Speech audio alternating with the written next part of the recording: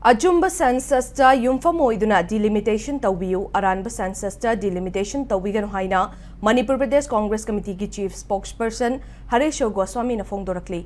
Imphal gi Congress Bhavan da Paumi Shinga unabada Mpcc ki Vice President gi Thaupuriba Harishor na makha taraduna Supreme Court na haukiba March 13 Manipur yauna delimitation tawhodaba North State ahumda tha ahum gi manungda delimitation tawnaba order thokibane. Manipur da delimitation tawba haibase Congress Party ki swapambani party asina delimitation tawbagi mayokta laite adubu lising ani ga amagi aranba census ta yumfam oiraga delimitation tawbadi yaroi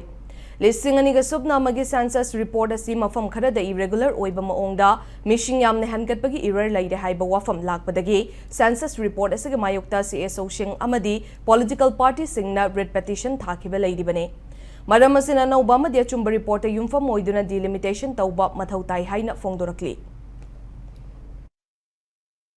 2001 dugi matungina koi delimitation je tawdargadi yam chauna akaiba ama lakpatare haiba potuni koi delimitation tawba pamdaba nati koi Congress Party na delimitation tawba koi pami tawdabu achumba census da yumfam oibiu 2001 ki census se irregular mayam oiba yam soiba census ama oire haiba sini haiba ground sida duga proportionate oidaba tengalakpagi changdu koigi yam sathina kaiba duna maram oiduna ngasai haiba writ petition PIL number 16 of 2005 sigi matungina haiba census se masi chanadre yadre sigi matungina ngasai delimitation to bosi yawe haiba si masida tagre haijariba